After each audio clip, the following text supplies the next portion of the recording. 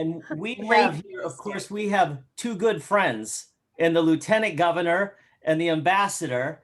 And we are so thrilled to have you here today. And we'd like to kick off the event if we could. Let's do it. Let's do it. Governor and ambassador, we'll turn it over to you, please. Thank you so much. Thank you. Good morning, good day, I guess, and good afternoon. Greetings from Washington, D.C., where it's unfortunately raining today. But that will be great for the cherry blossoms that are about to burst any day now, which is, of course, most spectacular season in D.C.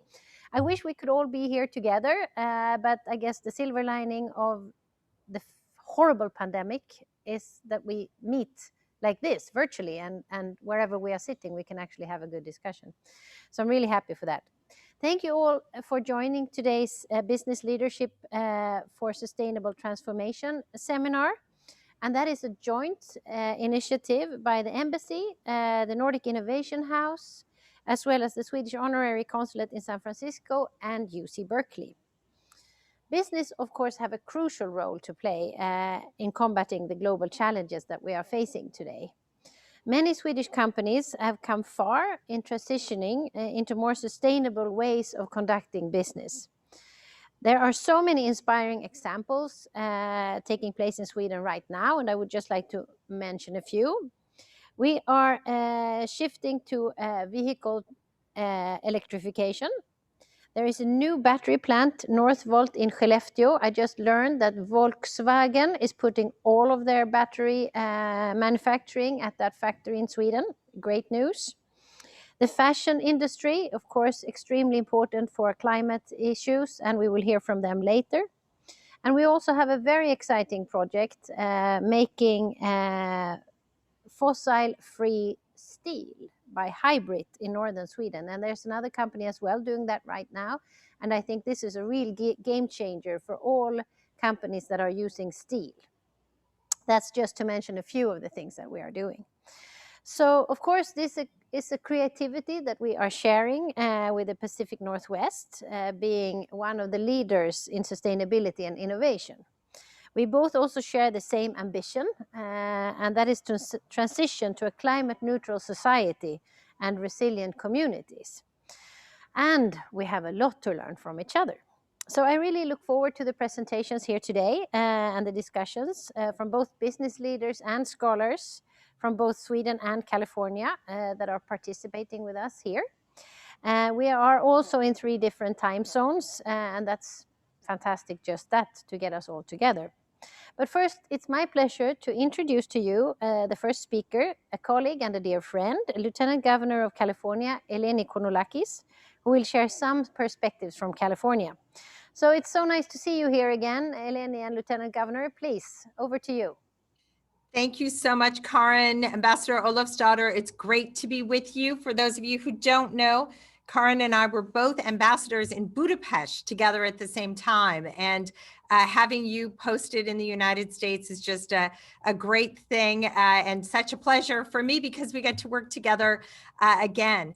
And it's also really special to be here together with my alma mater, Berkeley Haas, as we welcome everyone today for this fabulous online conference on business leadership for sustainability transformation.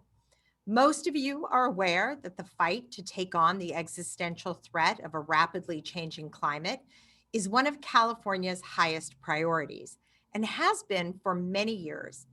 In our efforts, it is critical for us to collaborate with international partners like Sweden and other Nordic countries, which are like-minded and equally determined to meet this challenge. Together, we will promote the environmental policies and invest in the technologies that must be developed if we are to succeed. I'm very proud that California's leadership on climate is among the most steadfast, stable, and reliable in the world. We have proven that we can grow our economy, now the 5th largest in the world, while slashing greenhouse gas emissions. We are on track and more committed than ever to our goal of powering our state with 100% carbon-free electricity and achieving carbon neutrality by 2045. Most recently, Governor Newsom struck deals with automakers to meet more stringent vehicle emission standards and set a new ambitious goal of requiring all new cars sold in California to be zero-emission vehicles by 2035. This critical step has already spurred new, exciting investment in the development of zero-emission vehicles and the infrastructure to support them. And now it is my pleasure to introduce our next speaker. It is my friend, Tom Steyer, who's a businessman and the founder of Next Gen America. Tom is one of the leading forces in the United States for registering young voters and voters of color, fighting climate change, working for social justice, and helping to secure better lives for all. Tom led Governor Newsom's task force on business and jobs recovery, which I was very happy to serve on as well, to help California back on its feet following the pandemic. And so it is my pleasure to turn the floor now over to him. Tom? Eleni, thank you so much for such a kind introduction. And it is a pleasure to see you in person, even though it's a Zoom conference. It's nice to see you, and it's been too long since we were on the campaign trail together last fall. I also want to thank my good friend Barbara Osher, who I think has been instrumental in getting me this kind introduction today. And let me say, the conversation we're having today is extremely exciting because this is a pivotal moment in human history. We're at an inflection point where climate action now is the norm and where climate leadership has to be the standard around the world going forward. And let me say, that is a change. At least it's a change in the United States. And why is it an inflection point? Let me say that for the last over a decade, I've been talking as a business person and an activist about the need for a transition to clean energy. But pushing American corporations to prioritize sustainability was not something that was being listened to seriously. That's not true for the Nordic countries. Nordic companies have been leaders in that. But what I'm hearing now from corporations is totally different from what I heard 10 years ago, or honestly, what I heard 10 months ago.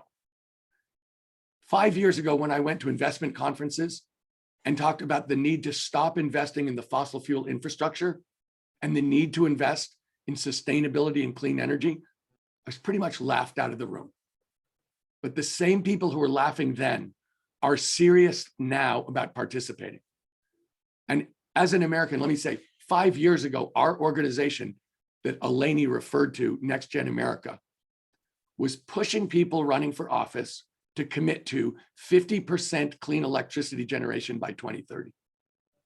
Well, let me say, the Biden-Harris campaign ran on 100% clean electricity generation by 2035. That's a huge change.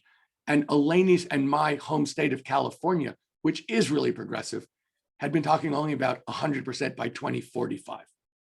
So we're seeing a huge change. I think the change in business attitudes reflects that political momentum. I mean, let's be clear. Joe Biden and Kamala Harris ran on climate. They talked about it in every debate. They had advertising on it. And young people in America turned out at the highest rate in history. And they voted overwhelmingly for Democrats and for climate. That means that this administration really won with a climate mandate. And if you look at what they've been doing so far, they've lived up to the promises of the campaign. They've built a really strong team, not just in the climate positions, but in every department, having people who prioritize climate action. I think on the first day, they rejoined Paris. On the first day, they canceled the Keystone Pipeline. Their first international summit on April 22nd will be around climate. So their executive actions have lived up to exactly what they were saying. And we've seen in this environment a 180 by huge American corporations. And I'm sure you guys have seen this, but it's JP Morgan, it's General Motors, it's Ford, it's BlackRock. Those are unprecedented changes, historic changes, and they reflect the political wins And also the polling of Americans, not just Democrats, but Democrats, independents, and Republicans support the move to clean energy. So there's a political move. But let me say that what the ambassador was talking about in terms of a corporate move, the cost curves have changed, favoring clean energy over fossil fuel-based energy. It's not only clean energy at this point, it's not just the right choice, it's the smart business choice. And we know that to build a safe, healthy, sustainable world is going to take $2 to $3 trillion globally for the next every year for the next 20 to 30 years. That is a huge rebuilding in a sustainable way that will inevitably lead to a different kind of economy. And that's investing in the future. But I was a professional investor for more than 3 decades. You're always investing in the future. But this time, we're not just talking about what the press talks about electric vehicles and clean electricity generation. We're talking more broadly. We're talking about the kind of clean manufacturing that the ambassador referred to in terms of steel. We're talking about circular manufacturing. We're talking about regenerative agriculture and a new way of heating and cooling the built environment. Now, I know that the last 4 years of corrupt climate denialism in the United States set us back. We know that we have to act dramatically, domestically, to reburnish our international credentials on climate and other things as well. The administration has made a huge start on this, but the nationally determined contribution that they will come out with before the April 22nd summit, I think will be a statement of exactly how far we're willing to go. And let me say, I was in Katowice, Poland for the UN conference on climate there. And the American participation in that conference was a closed door on the second floor and an attempt, along with the Saudis, the Kuwaitis, and the Russians, to prevent any mention of a 1.5 degrees goal in the official report. Obviously, Glasgow has to be totally different. Glasgow is the follow-up to Paris. It's going to set the agenda globally for the next 5 years. That's 5 of the 10 years we have to avoid the worst catastrophes. So for everybody on this call, but more broadly around the world, this is our time. There is no alternative to success, and we can do it because the technology is better right now than anyone would have said previously on electric vehicles, on batteries, on offshore wind, on hydrogen, on circular manufacturing, on regenerative ag. Across the board, we're way ahead of where people expected us. But let me say, and I'm sure everyone knows this, the natural world is sending us signals that we're in much more danger than the scientists would have predicted at this point. Closer to tipping points in the tundra, the Gulf Stream, the Amazonian rainforest, and on, including the terrible fires that Eleni Kounalakis and I experienced last summer in California, record fires. So we need aggressive government action, but the private sector is going to be the linchpin to make sure that this move to clean energy is ubiquitous and irrevocable. And that means research, development, funding, and commercialization. From tiny little startups that I talk to about new ideas that can change the world to huge international projects, this has to happen. But for those of you who are watching the market signals, the market is ready for this. If you look at the value of electric vehicle companies, not just Tesla, if you look at what people are accepting in returns for huge offshore wind projects, if you see how many people are raising the money to be part of that $2 to $3 trillion a year, the market is ready, but we also need new metrics. We need new incentives and measurements about what success will look like, not just in terms of money. Kat Taylor and I started a nonprofit bank 15 years ago dedicated to economic justice and environmental sustainability. We had to set up our own metrics so that we would understand what our impact was on the community and what our impact was on the natural world.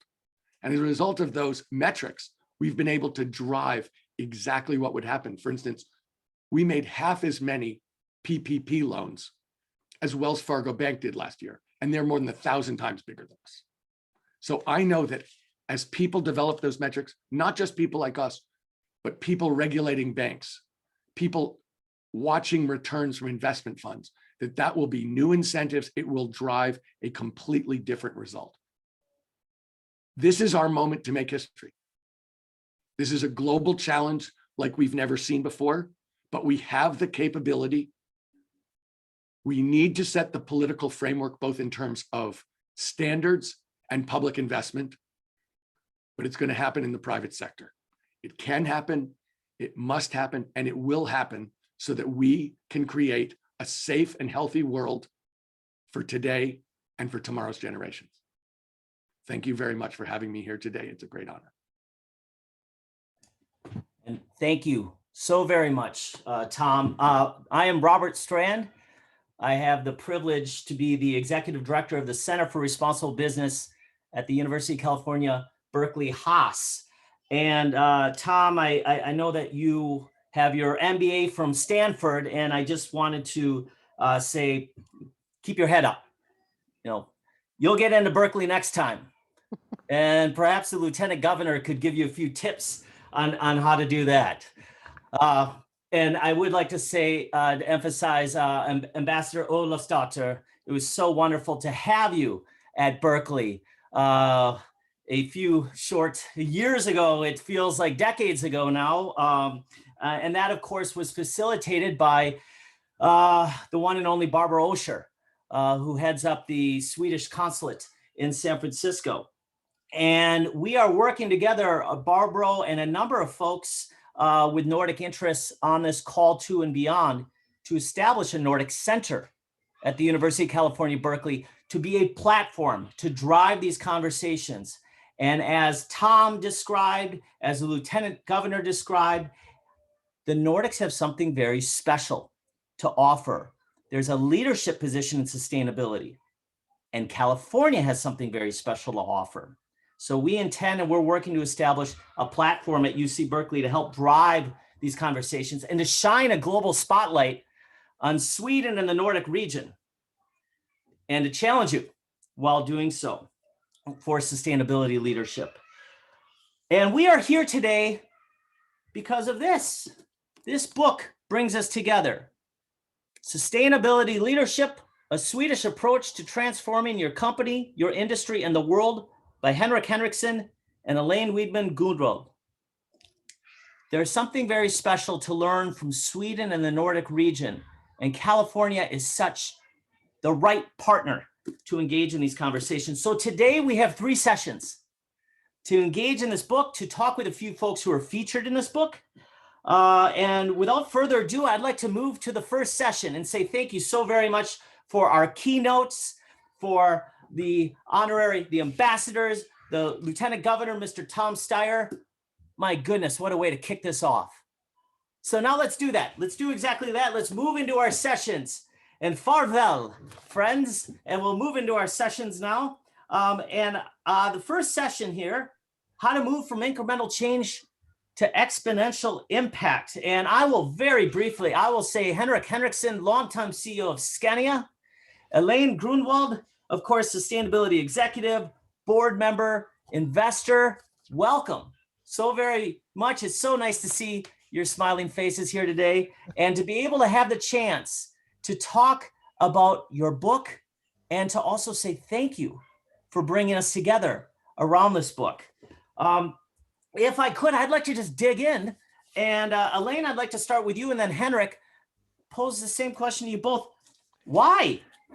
Why'd you write this book? Elaine, please.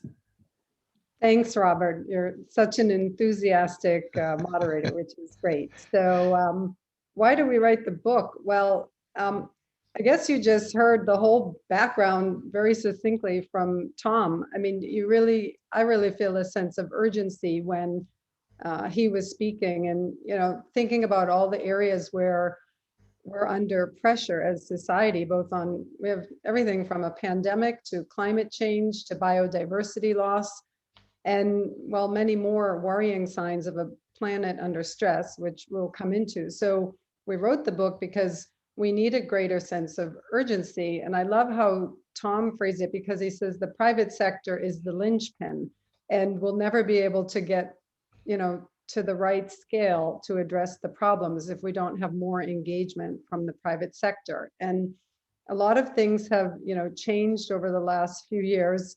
And one of them is that CEOs and other business leaders, it's no longer just a nice thing to engage in sustainability. You're really expected to step up today and do that. Yet there's so many that don't really know how. So the book for us was kind of our way to try to accelerate that momentum and provide a guide for people, business leaders, on how they could step up.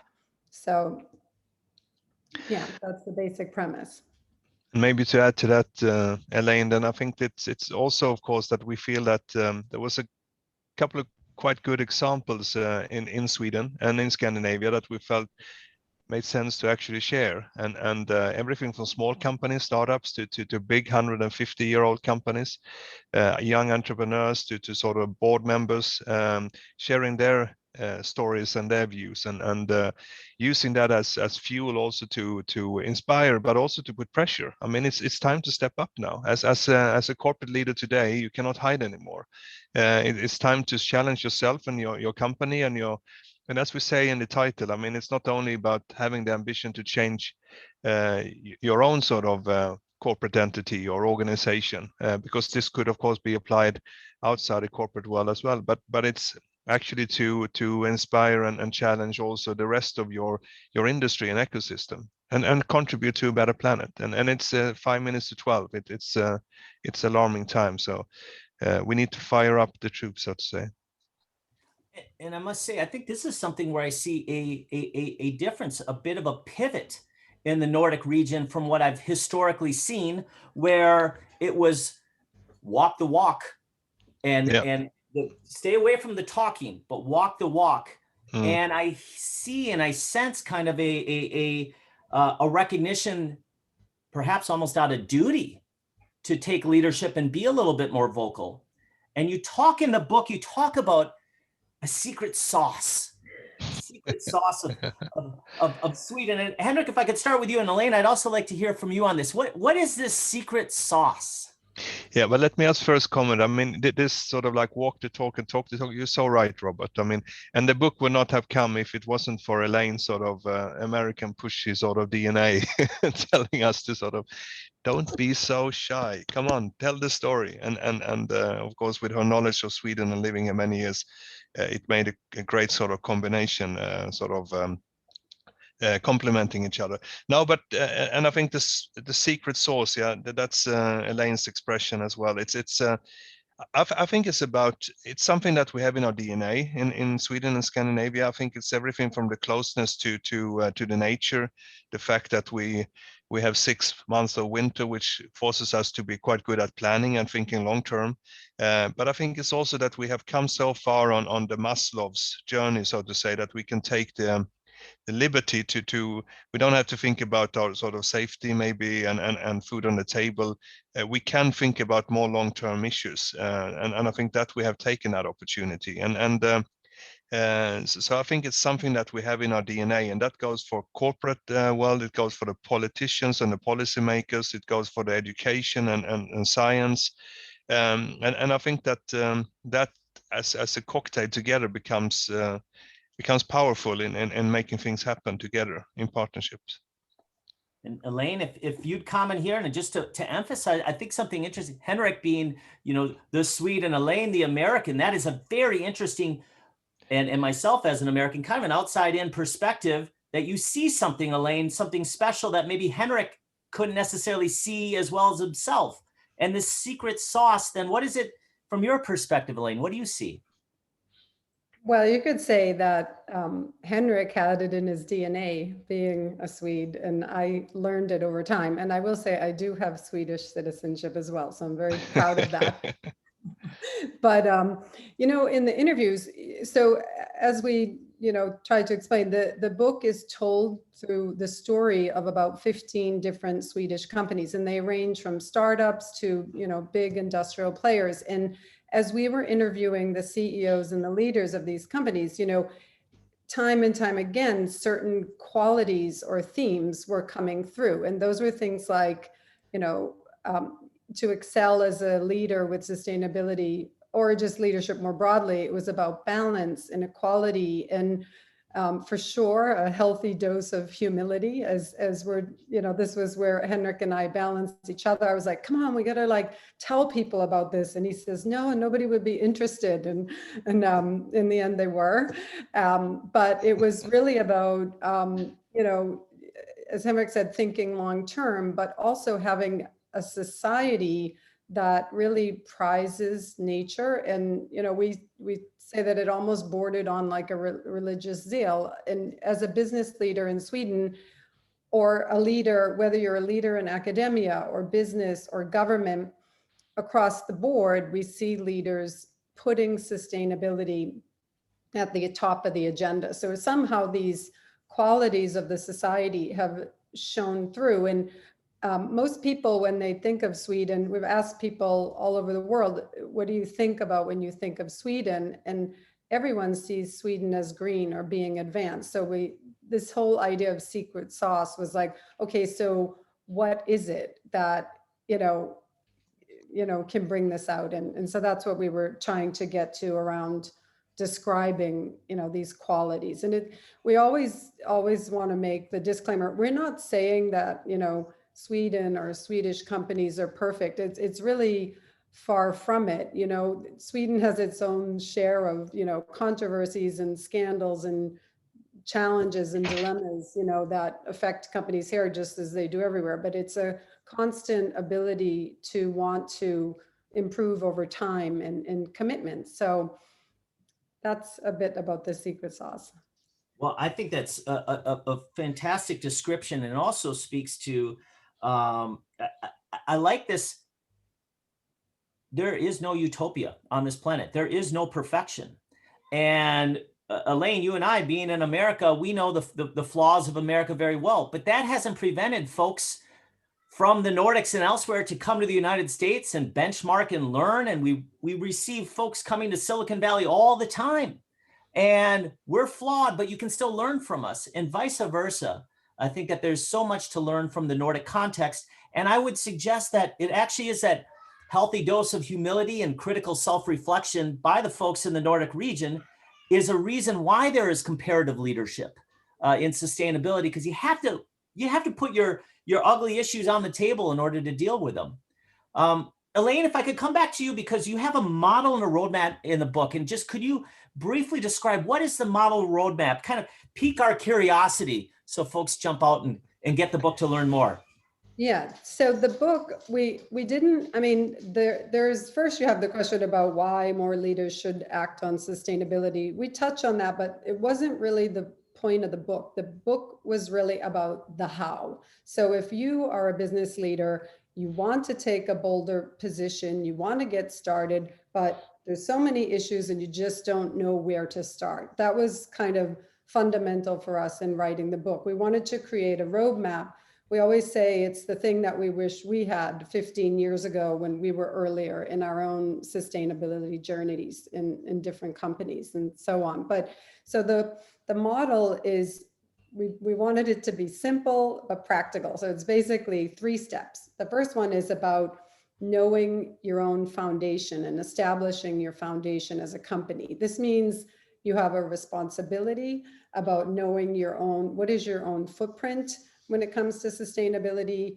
Are you practicing, using responsible business practices? Have you put a stake in the ground? Have you set a clear purpose? And have you tied that to your culture of the company in your company values? So that's kind of like part 1, the foundation. And then the next step is about what we call it the core. And this is when you embed sustainability in your core business. And it's tying it to product roadmaps, portfolios, but probably more importantly, it's about linking it to sales and customer value creation. And, Henrik, we learned a lot from each other in this journey. And one of the things he always said is if you're not selling your sustainability portfolio, it's not real and it's not going to have an impact. It's more like a marketing thing. So that's the core. And then the third step is what we call the leap. This is when you realize that you can't solve exponential or existential problems like climate change with incremental solutions. It's not going to be enough to say, we improve this product energy by 1 or 2% per year. That's not going to get us to the 2030 agenda that's reflected, for example, in the Sustainable Development Goals. So the leap is about when you dare, you start to set stretch targets, but probably more importantly, and this is something that Henrik, I think we'll talk more about, is when you use your own platform as a leader to drive change, and you realize that your voice as a business leader matters and can actually have a greater impact than maybe you yourself had envisioned. So that's the model. And that leap, here's where I see this pivot, this necessary pivot in the Nordic region and what you highlight in your book here. And that is where I see real leadership being taken and a recognition that there's a need for that leap, because that leap is then being more vocal, putting yourself out there, expressing some bold targets that frankly, you don't know how you're going to achieve. But if you don't put them out there, you have no chance of achieving them.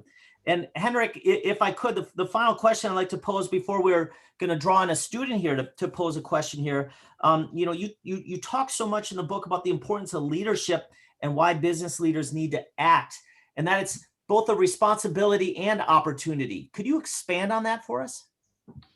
Yeah, but I think that on that opportunity side, I think that, if you haven't understood, regardless of which industry you're into, that you sooner or later will come to a tipping point when sustainability is the norm. It's the qualifier. And if you haven't transformed your products or services to be sustainable, no one will buy them. No one will invest in your company if you're not sustainable, and no one would like to work for you. And I think that is, of course, the long-term ambition on this, and that as a leader you need to understand in 2021. I think it's also about the impact that companies have. 69 out of the 100 biggest entities in the world, and that includes countries, by the way, and states like California. 69 out of the top 100 is companies. So we have a responsibility if we're going to turn this planet around. But I think it's also about legacy. We found that from a lot of the leaders that we interviewed, and small companies, big companies, it's the legacy you want to leave behind to your family, to your children. And that goes the same for me and Elaine. But it's also the legacy you want to leave to the next generation of leaders. And that's how I feel in my company. I want to leave a company that is geared, that has taken the advantage of the sustainability movement rather than seeing it as a threat. And I think that starts with having a broader mindset as a leader today than maybe we used to have. We talk about stakeholders in the book as well. The traditional one is, of course, the capital, the employees, and the customers. There's two more that are very important. It is the society and it is the planet. And if you start including them and make them just as important as the original three, then you're starting to get a true north, and you're starting to get sort of like the right compass in your leadership. And Henrik, thank you for that. You referenced 69 of the largest 100 economies on the planet are public corporations. And it's worth a reminder, public corporations are very recent inventions in human history. And the incredible influence and power that they have it makes us question, are they in service of society or society in service of them? And I hear you rightfully challenging and leveraging the platform that you have to challenge more business leaders to ensure that their corporations are in service of society. And I think that we have here now, we're joined by one of our fantastic University of California, Berkeley students who would hold you to account and say, I don't want to work for your company. In fact, I want to start a company to put you out of business if you don't have a company that is serving society. And Justin Hogenauer is a student that I have the great privilege to have in some of the courses that I teach at UC Berkeley are titled Sustainable Capitalism in the Nordics. Justin just took the final last week, and we'll hear from Mayan, who also took the final last week here. And we'll put aside our conversations about how you did on the final, Justin, right now, and give you the platform here. Please pose a question to Henrik and Elaine, please. Justin. Yes. So on this theme of challenging business, with increased accessibility to company information through the internet, my generation has not been shy to criticize the arguably shallow effects of CSR and corporate philanthropy at times. In response to this critical view, how can corporations make a more exponential impact that addresses today's most pressing challenges like climate change and social injustice while remaining sustainably operational? Shall I start, Henrik? Yeah, do that. I would say you hit the nail on the head with your question. I mean, we need to move out of this greenwashing phase.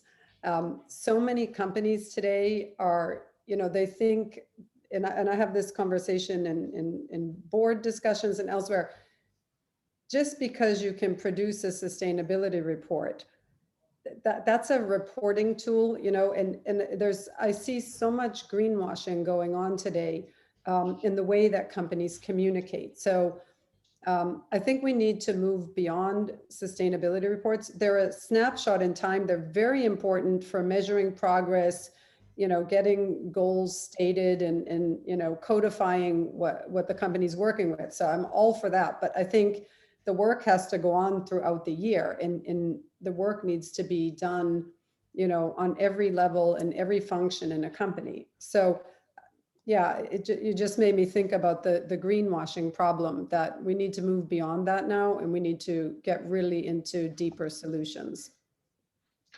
And maybe add to that, though, I think a very good question also. And of course, what we write about in the book is that you have one starting point in the 17 SDGs, of course, that you can use as a framework as a company to try to make sure that you have a broad approach to sustainability and to your responsibilities.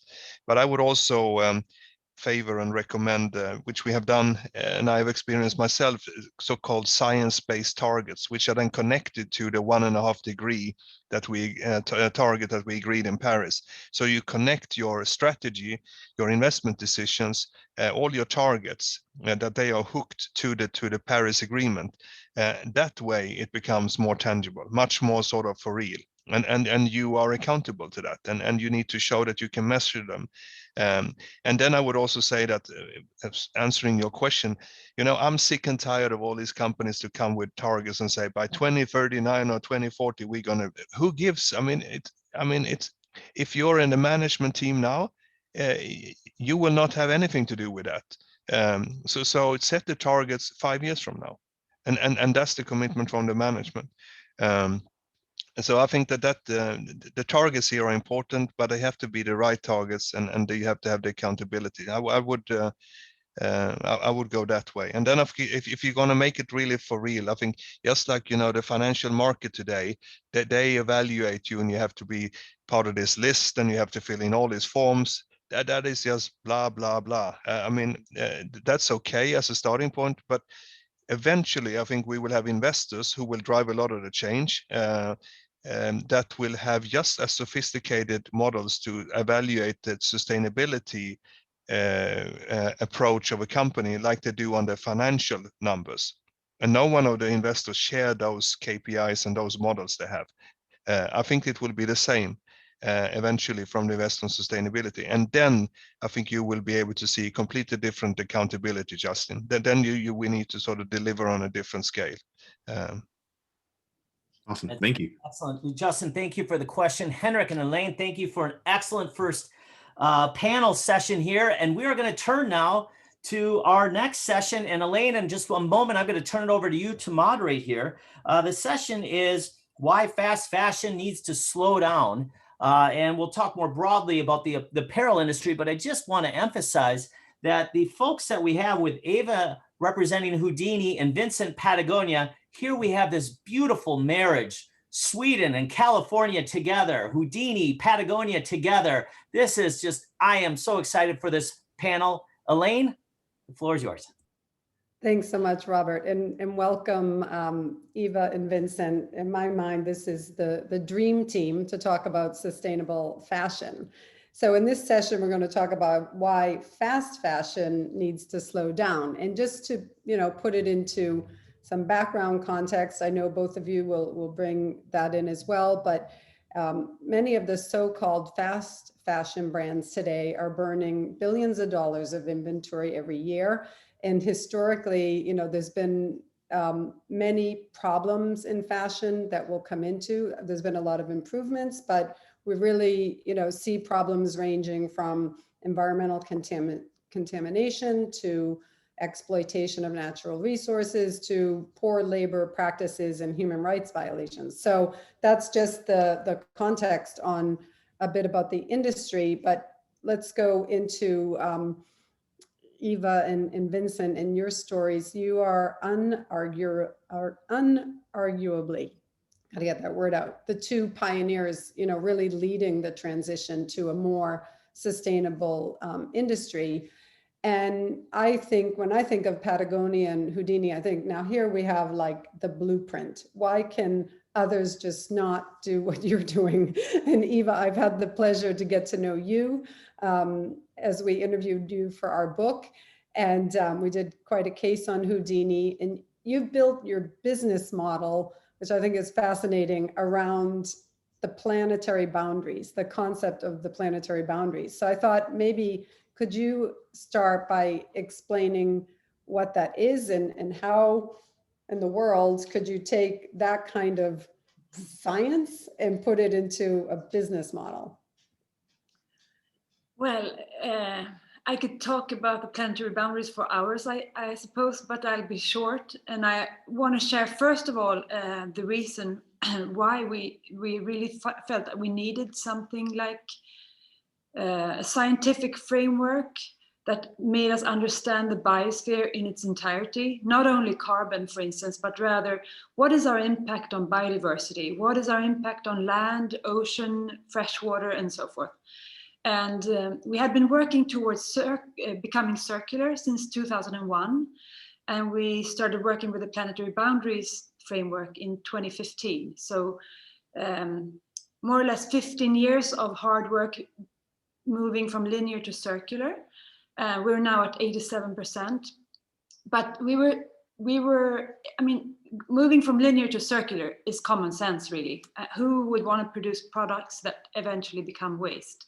So that's a given. And you can start that work quite intuitively and work towards your goal. But when in 2015, we really realized that we needed to have Earth system scientists at our side, really, to understand how to navigate further, how to choose fibers and how to improve.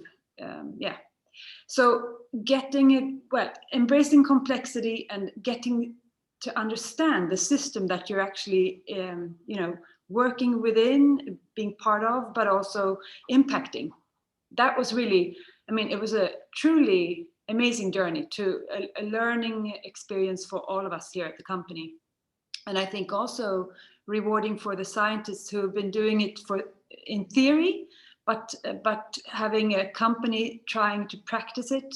So truly rewarding and cross-pollination for both, I think. But really also important because if for company, and back in 2015, more or less all companies that were talking about sustainability, they were looking at carbon only, climate impact. And if you only look at that, that is a silo, and you have the rest of the Earth system that you need to have an understanding of, because you might otherwise just move your impact or even worsen it somewhere else without even knowing it. And greenwashing, becomes, of course, even more stressing and alarming if it's greenwashing within a company where management is taking decisions thinking they're doing right, but they're doing wrong. Or creating a worse impact. So that's the reason why. I know, and these 9 planetary boundaries, we know from Johan Rockström, for example, that we've already past three of them, the tipping points from, the point of, Yeah. where things are changed basically permanently. To use a skiing expression, we're on our way to go out of bounds of at least half of them. So it's really, pressing. Biodiversity, for instance, is dramatic numbers that we're hearing and learning from scientists. So there's so much to do, and there's no time to waste, really. Great. But it's also a joyful ride if you take it. I mean, for us, embracing complexity and learning so much, and moving from knowledge also brings creativity, I think, and innovation. So it's been truly rewarding. I can recommend it to every company in every sector. Good. So Vincent, Patagonia is probably one of the most well-known brands when it comes to sustainability. And can you tell us a bit about your journey? Yeah, we got our start not as a clothing company, but as a climbing equipment company.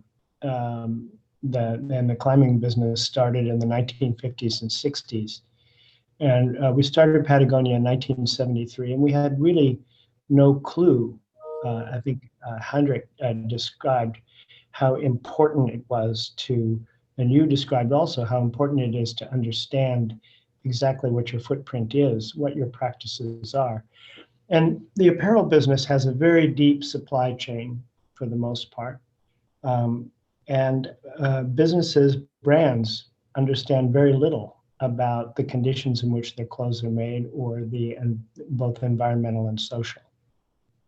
But because we started as a climbing equipment company, I think it created it created an internal attitude that led us to make decisions that we might not have made if we hadn't come from that world. In the first place, climbers have a sense, or they were early recognizers of the environmental damage. If you go back to Kilimanjaro after 3 or 4 years and you see the glacial retreat, if you see the sequoias and the Sierras, 1,000-year-old trees dying from Los Angeles smog, there was an early recognition of what was happening with the environment. And with climbing, with the gear that we made, you don't make good, better, best. It's not like the fashion business, because your customers trust their lives to the quality of your gear. I remember working in the courtyard, inspecting ice axes for hairline fractures and thinking, if I fall asleep on the job, I'm going to hurt someone. And that person I hurt it's not going to just be a customer, it's going to be a friend of a friend of a friend, because that's how small that world was.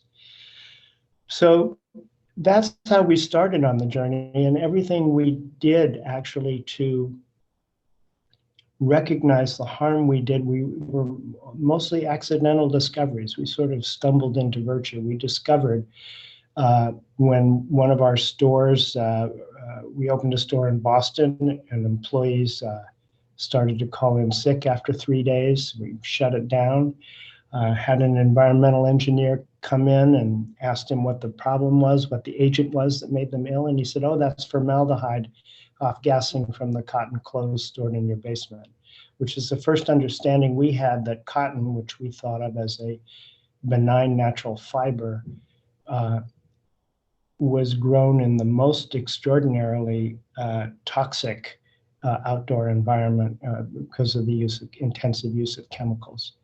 So we determined, after we discovered that, it took us several years, but we really determined that we don't want to be in the sportswear business using cotton grown that way.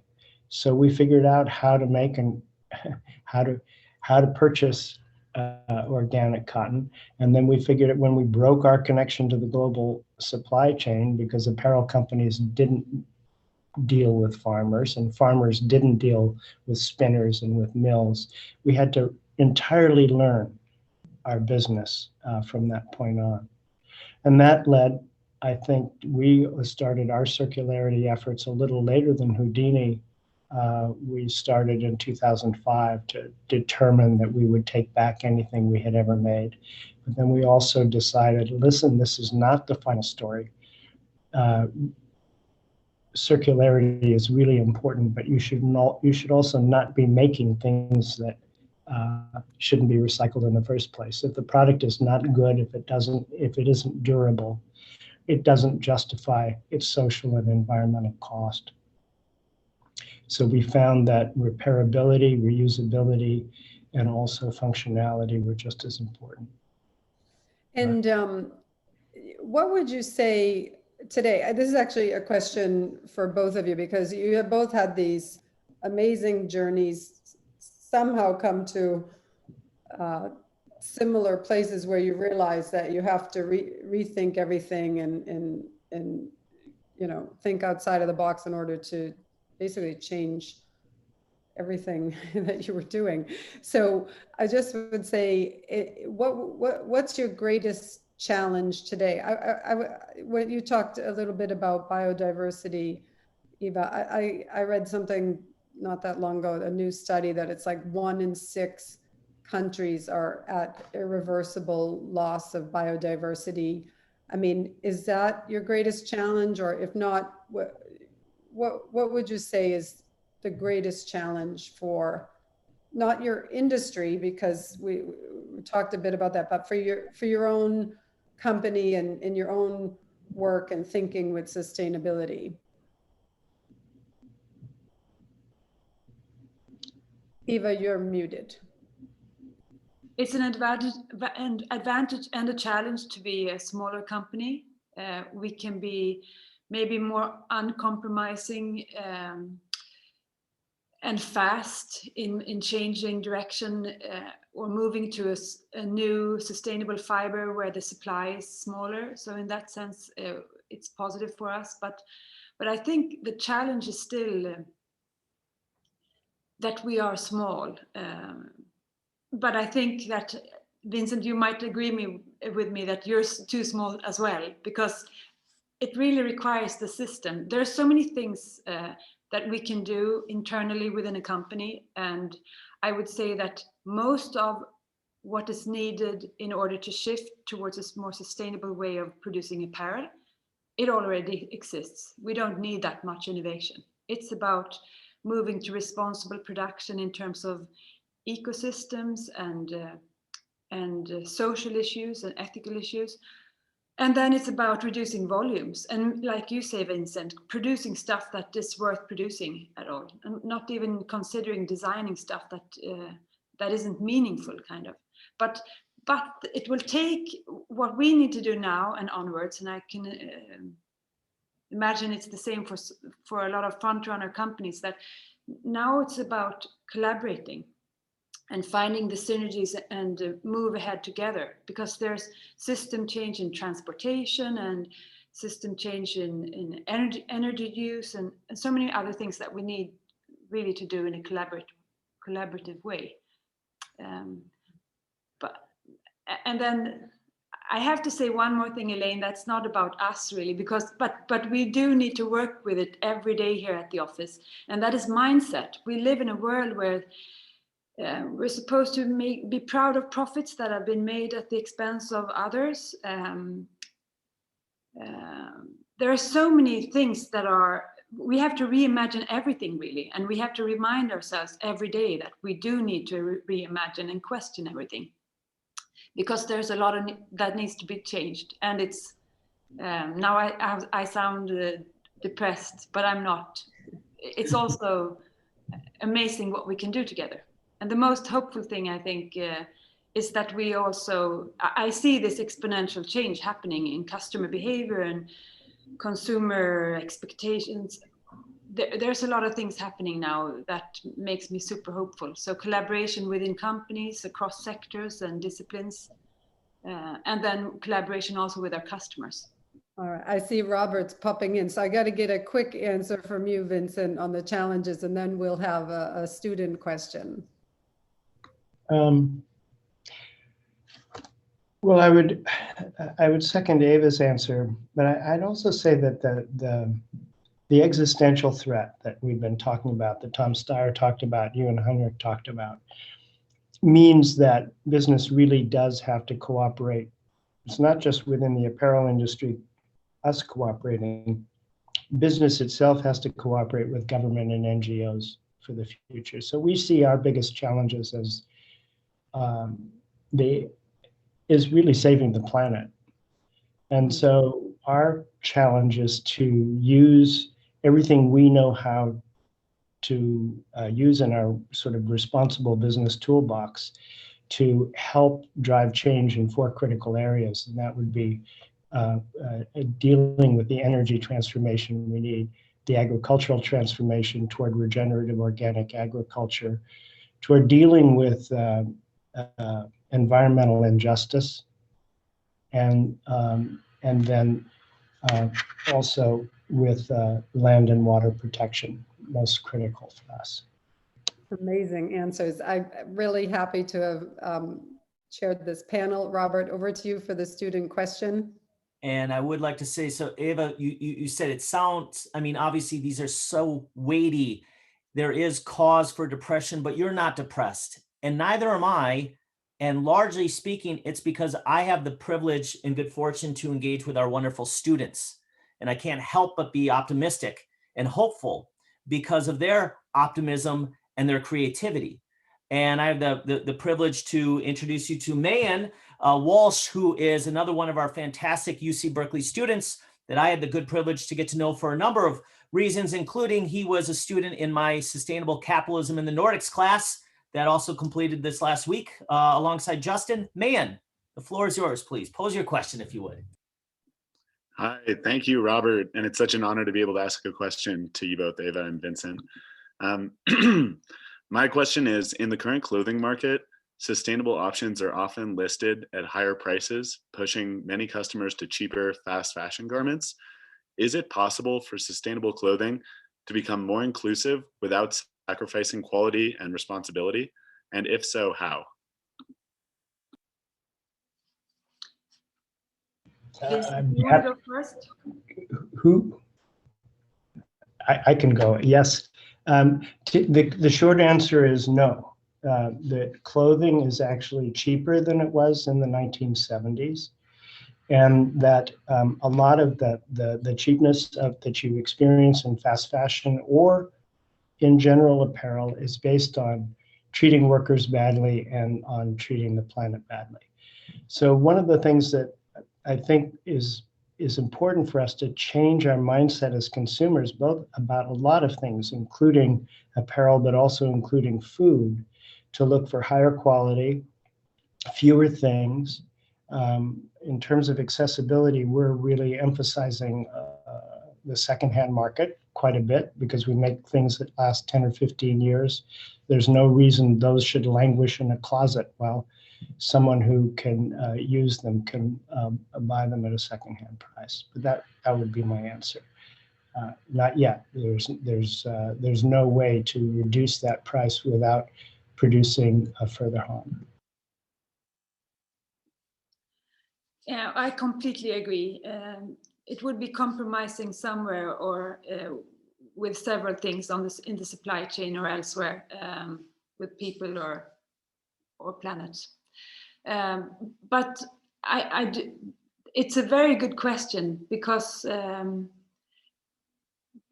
H&M, you know, the Swedish big fashion brand, fast fashion brand, they talk about democratic design. Of course, I mean, it's very colonial to think about democratic design if you make cheap clothes that others somewhere else have to pay for, kind of.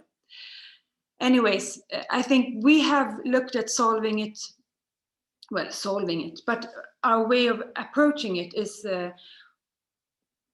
yes, we do also secondhand or vintage Houdini, but also rental and subscription services. We've been exploring that since 2012 to find a way to provide price points that are much lower, but without compromising with quality at all. So that's been our way of attacking it, so to speak.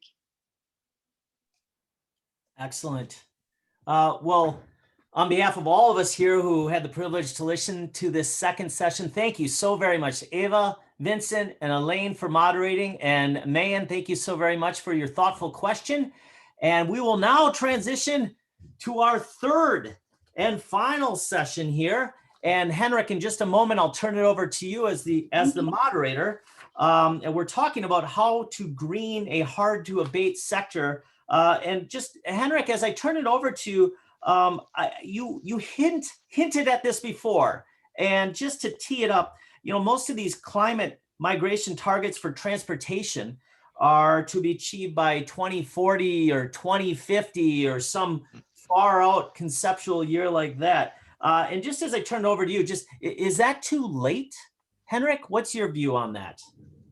Yeah, it's way too late. It is, and thank you, Robert, for giving me an opportunity to moderate this short session here. And I will have Jessica Alba from Stanford University and Robert Falk from Einride coming in very soon to add their perspective on these questions regarding the transport sector.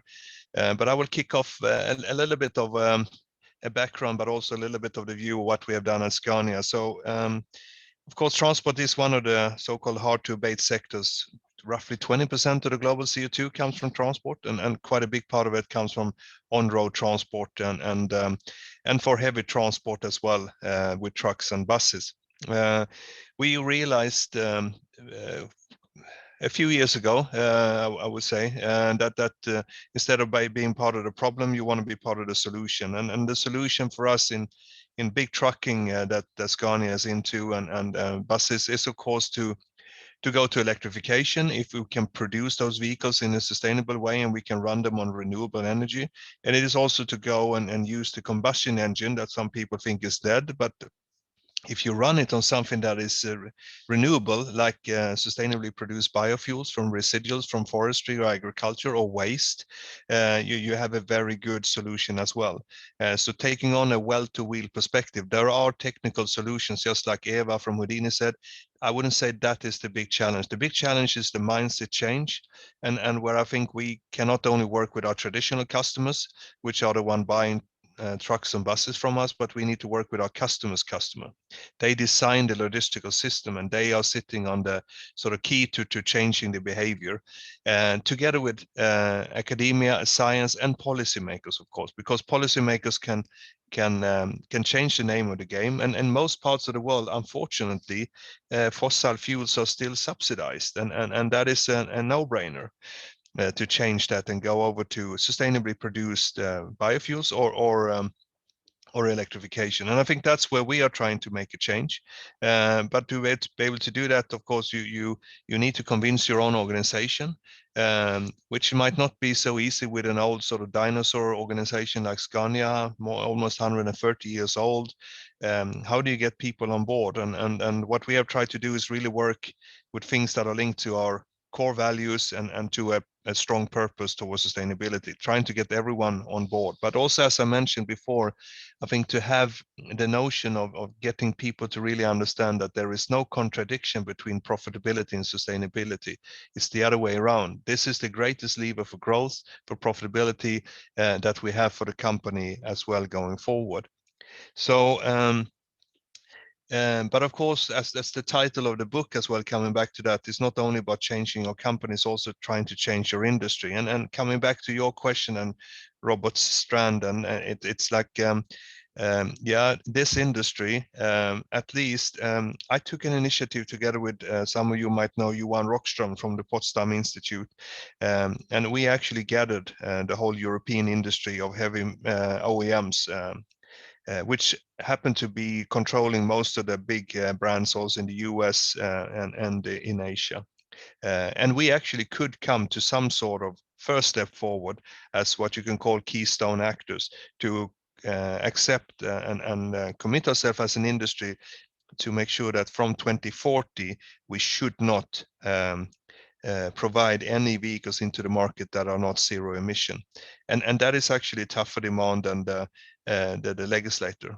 I would have wished for 2030, but I think that let's start with 2040 and then start to try to move the target further back. So for us at Scania, I mean, sustainability and profitability goes hand in hand, and but it's also something you can't do alone. You need to work in partnership with different players. And that's why I think it's also very good that we have representatives in this panel today, both from the academia, but also with a good understanding of the policy side in Jessica. But we also have Robert with us, who comes in with a different perspective and a different possibility, I would say, but also different challenges, I would assume, as one of the hottest startups in Sweden at the moment, but also addressing then the challenge in the transport sector. And Eva from Houdini said before that maybe one of the assets of being a small company is that you can be uncompromising and fast. And I think that is what I see in Robert as well. So Robert Falk, CEO and founder of Einride, I mean, what are the bold moves that you can do from your perspective, sort of entering this older sort of ecosystem of transport and logistics with a completely fresh approach? How are you taking that on? Hi, it's a pleasure to be here, and always good to see you, Henrik. I think that our purpose is to be that annoying little fact that a little bit shoe under the little stone under the shoe that doesn't go away. One who brings a different perspective and to challenge the industry to think different. And we started Einride in 2016. And back in 2016, the whole industry, and coming from the industry, coming from the automotive industry itself, and there was a completely different tone back then. I think when we launched, one of the biggest OEMs out there, the CTO went out and said, it's not good for producing or transporting with electric. You can only transport ships. And that was the attitude just a few years ago.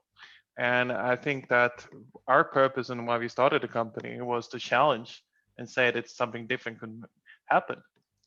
And if there anything that's really stands out, I think that Sweden has its biggest export is technology. And when we speak of per capita, I think that Sweden stands out, that we probably have the biggest CO2 emission in the world when it comes to technology-based CO2 emissions. So we have a big challenge and we need to change. But what should you see? I mean, as a new entry coming into an established sector, I mean, how do you see that? How do you able to crack the code and getting the acceptance for sustainability in your value proposition to your customers? I mean, what have been your secret sauce in a way? I think that it's for us has been about to change, because I think that the sole purpose of what we do has been to challenge the existing status, and it's not easy, but someone has to take on the position of saying that something different is possible. And I consider my role as an entrepreneur is to tell the different story. And I think that if the other one's starting to adapt, and I think that the being copied and followed is the biggest flattery you can do. And I think that's been the purpose for us since the start, and that's also been our value proposition. And I'm also very proud. I think that Sweden is up there competing with the US. I think that we were just ranked one of the top 10 most innovative companies in the world, together with American giants like Tesla and Waymo. And I think that's really, I think what stands out with both the US and Sweden is that we like to push the boundaries and make different things happen. Mm. Do you see a trend shift now in because I know that you are not thinking of a traditional business model. You are actually not providing vehicles, you're providing a solution, and part of your sort of customer base is not a traditional sort of customers of the OEM. Your customers, then the transport buyers and the transport organizers, do you feel that they have absorbed now sustainability as one of their key criteria in the markets that you're active? 100%. I think that I think that everyone we speak to has the commitment to change, and that change is not in 2025. It's in 2030. So it's not in 5 years, but in 10 years. And with the goal with 2040, I think that's going to be solved itself, because on the demand side, I think when you're speaking to everyone in this call, we are committed to this change. And that's literally at the core of the value prop that we bring. And we are not a traditional OEM either. We are more likely to work with a company like Scania or Volvo than to actually compete with them. Because traditional, what we compete with is more of the sort of say legacy structures of how transport services organized. So for us, it's about also, I have a big heart for the automotive industry, and one of the big reasons behind why we started Android was also to facilitate the change. Because if you want to really finance the big legacy structure that the current system has, you have to have a demand. You have to build the demand for electric or any other types of vehicle. Otherwise, you can't sort of say make the change for the whole system. So for us, it was very important to become a facilitator for the change, and literally both showed what could be done, but also be the buyer in the market for this new kind of sustainable alternatives. Yeah, and I think it's knowing from the transport industry that at least in Europe, who's got the most at the moment sophisticated transport system, we spend around 6.7% of our GDP on transport in Europe. Still, the average truck that you see on the highways is only loaded by 60% utilization. So if we could take away that 40% waste, of course, with smart solutions that Robert and his team is working on, among other things, then of course that is a huge step in improving sustainability. Robert, I will be back with you with a quick question at the end, but I would like to hand over now to Jessica Albert from Stanford University, who I know has a very good understanding of the policy perspective, and maybe ask you sort of what would be the bold moves that you feel is required to get the transport and logistics sector to move. Yeah, it's great to be here. I want to just start off by saying that I'll focus less on logistics and more on transportation in general. And as a first statement, Department of Transportation Secretary Buttigieg recently stated that the purpose of the car is to serve the needs of the people, not the reverse. And I think that's the first time we hear that at the national level here in the United States. And I think that goes for many countries, right? That we have planned, regulated, and built for the car for more than half a century. And it's created just difficulties moving if you're not an owner of a car or in a car. So now is the time to reform our zoning and parking codes, the requirements that come along with building new development, that you need to add more parking, for instance, or a lot of parking. Creating complete and green streets and embracing them for what they are, civic spaces. Our streets should be civic spaces, not just traffic sewers. And when we then bring in the logistics, we can think about congestion fees, curb management, all of these policy decisions that need to happen both at the local and regional level, and all the way up to the federal level when it comes to just guiding the regulations and legislations around the adoption of zero emission vehicles, transit infrastructure, seamless mobility, mobility on demand, autonomous future.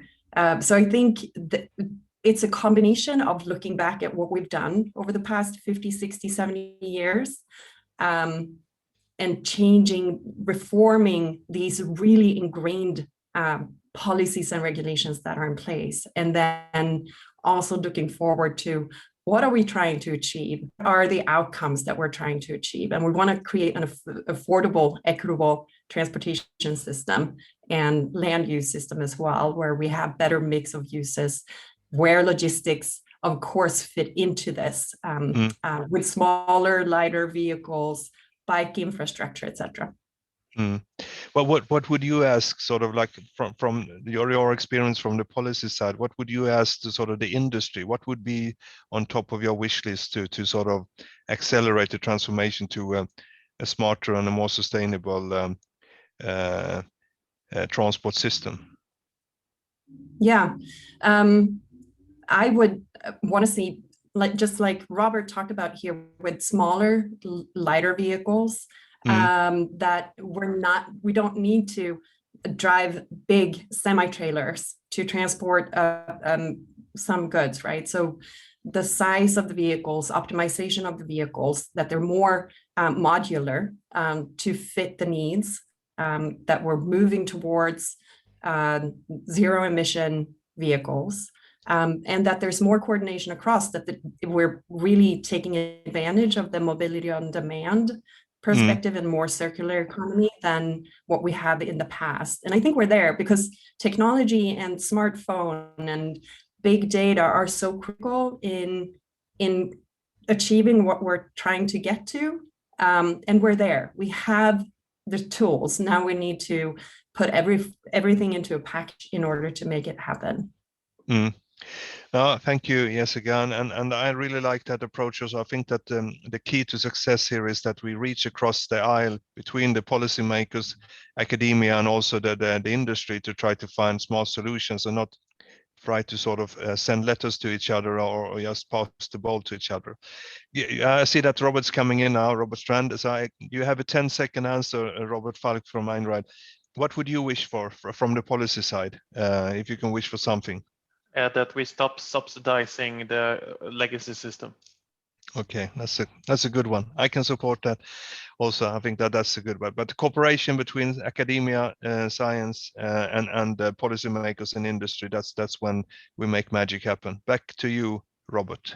Thank you. And I have the privilege then to draw in another student, Mariana, if you'd be so kind as to turn your video on. And here, Mariana Lopez de Villa is a student at Lund University in Sweden. And I just like to take that opportunity to emphasize, when we talk about planetary boundaries, we're talking about originating from the Stockholm Resilience Center, Sweden. When we talk about the concept of sustainable development, Gro Harlem Brundtland, Norway.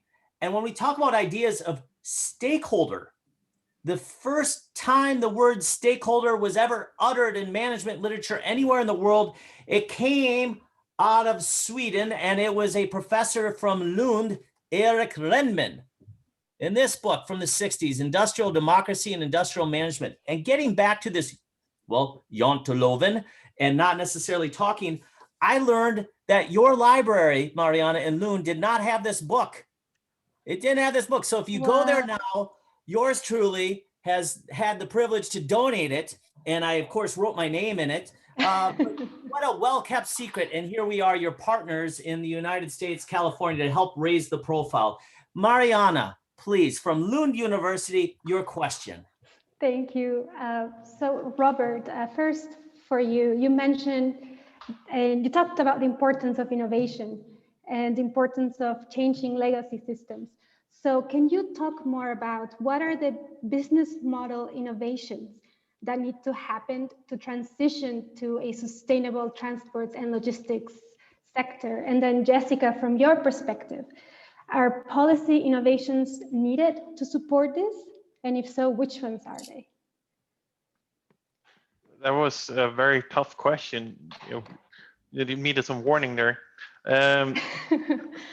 I think that what we need to understand at the core is that a lot of people makes a lot of money keeping the existing system in place. And there are a lot of money being made selling oil, selling trucks, selling automotive equipment. And we are still subsidizing the existing system to keep it in place. So I'm a big fan that maybe we should try to equal the playing field and start subsidizing the legacy system, because the new technology is actually extremely competitive, but we need to stop making up legacies that uphold the system. For instance, like legislation for bigger trucks. For instance, like we allow up to 90 tons of trucks on Swedish roads. We pay 2 billion SEK in strengthening the roads. 2 billions could literally electrify quite a big proportion of the transport in Sweden. So we need to prioritize and understand how the legacy and how we subsidize in existing structures, because these structures has been around for roughly 150 years or more. We need to understand how we just equal the playing field, because I think that if you want to be and build a system for the future, sustainability should be at the core of the value for society. And we have to understand that the legacy structure that we all depend on, and me included, we need to understand what's the business case of the future for that. Yeah, and in regards to policy innovations, I do think just focusing on people and civic spaces. Of course, not everything is people or civic spaces. We have massive lands where we need to transport people through too, and goods too. But really emphasizing the need to move back towards a more human-centered design, both in the urban space and suburban, in rural communities as well, where we can access things by foot, bike, and transit are critical. And I think that will provide more room for the goods that need to travel through, the emergency services need to travel through, but also bring us closer back to nature, which I think is where everyone feels more happiness and more fun than we do in on an arterial or on a freeway stuck in traffic. Excellent reflections here. Robert, Jessica, Henrik, and Mariana, thank you so very much for what an excellent session. And Jessica, it makes me think, and Robert, your offerings here, the quip often attributed to Winston Churchill, never let a good crisis go to waste. And we've had a crisis. And when I look at a place that I had the privilege to live for a number of years, Copenhagen, and the oil crisis of the 70s, and how that spawned on a systems level change in the city for bicycling, for mass transit, and even spun a whole new industry in wind turbines and offshore wind electrification for the country of Denmark. Never let a good crisis go to waste. And you're offering us such good guidance and forward-looking vision for what we might do with this crisis that is upon us here. Thank you so very much. Excellent panel. And now I have the privilege to turn it over for a few closing remarks, and then I'll come back for a very brief response here. Daria Isaacson from Vinnova, if you'd be so kind as to offer some closing remarks. Well, it's been really an honor and a pleasure to listen to all the panelists today on the most important topic for our generation, transforming into sustainable society. You know, solidly based on evidence, as we were reminded earlier, we all know now that we're working towards hard deadlines now, set by the planet. And now we've heard many perspectives bringing out the critical role of business and corporate leadership in society's capability to address these challenges. It's critical because we must and we will transform every value chain, every city, every consumption pattern into something sustainable. And I hope that you're all as inspired as what I am by what I've been hearing, that from a Swedish perspective as well as others, now sustainability goals and ambitions actually drive the innovation agenda, is at the core of businesses looking ahead. And we heard that in mobility, that also includes how we plan our cities, how sustainable fashion also includes addressing circularity, but also environmental justice, social sustainability, and more. And all of this is already happening because it makes sense for our future, but also because addressing these challenges today represent the biggest opportunity for value creation since the first industrial revolution. Value in terms of profit, but also value for people and value for the planet. So I believe we've been reminded that we must all be leaders now in changing mindsets to make this happen. We must work together to change entire systems currently burdened with legacy. And moving forward, I hope that we're here today because we agree that there's great potential in the Sweden-California mutual way of collaborating. We can drive the change, both in mindset, in the innovations, and the business solutions that will create the future that we need. So this is why the Innovation Agency of Sweden, Vinnova, is present in Silicon Valley. That's the purpose of the Nordic Innovation House, to promote this kind of collaboration and scale the best of the Nordics and also what we can achieve together. So thank you all for being part of this event. It's been an honor. Thank you so very much. And Vinnova and all of our partners here today and esteemed speakers and our students. We just want to also thank all of you so very much for coming today, for spending precious time with us and engaging in the conversation. If you would like additional inspiration on how to lead an organization on a transformational journey, I strongly recommend this book by Elaine and Henrik. And all the profits go to the Norsken Foundation, which helps entrepreneurs solve the world's greatest challenges. And we've heard here a number of times today, Sweden and the Nordics have something special to offer. And in partnership with us here in the United States and California, we can do this together. And that's something that there's an optimistic message there for all the challenges that we face. And I heard something that Eva from Houdini say, a joyful ride. A purpose-driven ride can be a joyful ride.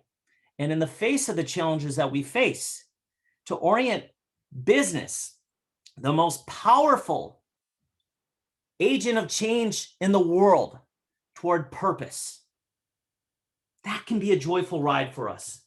And we are working hard and committed to establishing a Nordic Center at the University of California, Berkeley, to help be a platform to continue these conversations. I pasted in the chat, you can see my contact information. We're looking for partners to help us support and launch this. And again, I'd like to close by emphasizing to Elaine and Henrik, thank you so much for being the reason that we came together today and for authoring this book and giving us all a guide of sorts and inspiration for expecting change for the positive. With that, our event comes to a close. Thank you all so very much. We will be moving to this thing called Clubhouse. And I am of a certain age where I will admit this is my first time that I will ever use this thing called Clubhouse. And as I understand, there's some information in the chat so you can learn how to join us there. With that, bid you all a fond farewell. Thank you so very much.